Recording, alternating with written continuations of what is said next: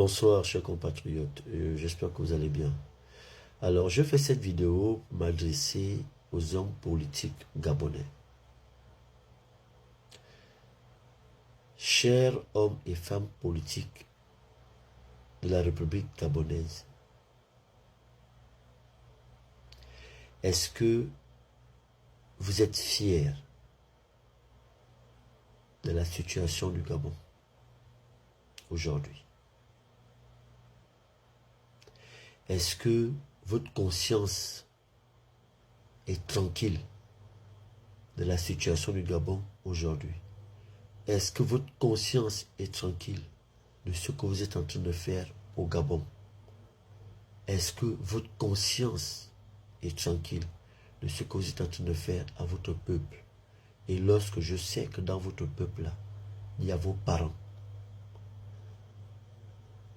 est-ce que vous êtes conscient que ce pays-là, vous allez partir, vos enfants vont rester?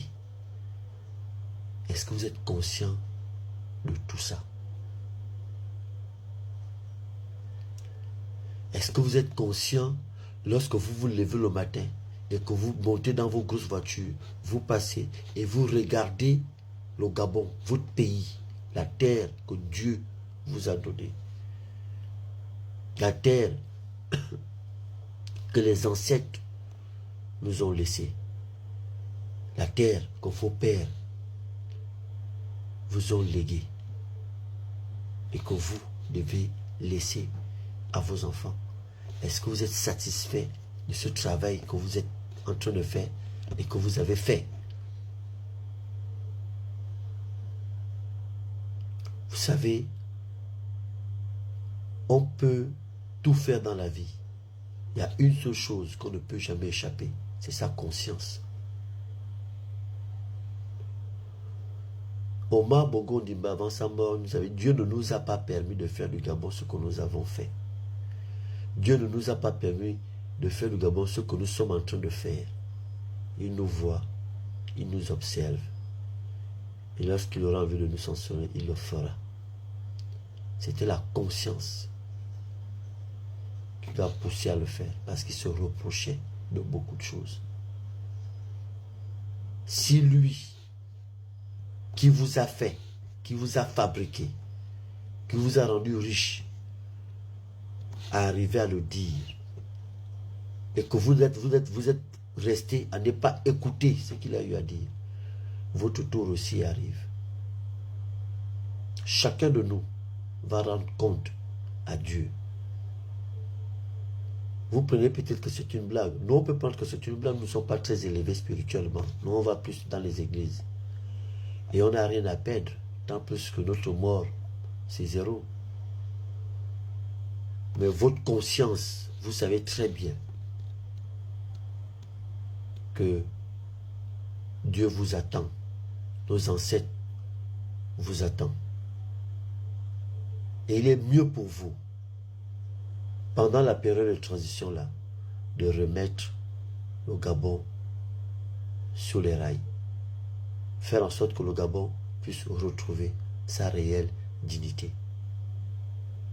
Parce que depuis le coup de la libération, nous avons pensé bénéficier aujourd'hui d'un pays libre. Mais avec ce que nous sommes en train de voir, la pression que vous êtes en train de faire avec la communauté internationale sur l'armée gabonaise nous prouve que nous ne sommes pas encore libres. Sinon, prouvez-nous le contraire. Prouvez-nous le contraire. Lorsque un ambassadeur de France, nouveau ambassadeur de France affecté au Gabon, arrive, le chemin qu'il trouve d'abord à faire, c'est d'aller rencontrer le secrétaire général du parti déchu. Aux yeux de tout le monde. Et aller voir l'ancien Premier ministre déchu. Et que le président de la transition a eu à commettre une erreur de nommer des personnes comme vous à l'Assemblée nationale. et au Sénat pour après encore trahir les Gabonais? Pourquoi avoir organisé le dialogue national inclusif pour que les Gabonais puissent eux-mêmes rédiger l'ébauche de cette constitution? S'il fallait la changer, la modifier comme vous l'avez fait, il fallait tout simplement vous-même donc rédiger cette constitution, tout simplement. Parce que là, ce que nous avons là, ce n'est plus la constitution qui a été effectuée par les Gabonais pendant l'organisation du dialogue national inclusif. Dès lors que vous l'avez retouché plusieurs fois, vous avez même annulé certains articles. Ce n'est plus la constitution du dialogue national, c'est maintenant votre constitution à vous. J'ai fait une vidéo où j'ai demandé à mon peuple, à mes frères et sœurs, qu'il faut le moindre mal. Parce que si nous disons non à cette constitution-là, nous avons donné le pouvoir au parti déchu. Si nous disons oui à cette constitution-là, ça nous permet de continuer un combat en espérant que tôt ou tard, ça va marcher. Mais ce n'est pas que c'est la constitution que nous voulons. Ou bien, la seule chose donc encore à faire, c'est que nous puissions demander au président de la transition, en allant vers lui, en demandant de revoir cette constitution-là avant que nous puissions aller au vote le 16 novembre.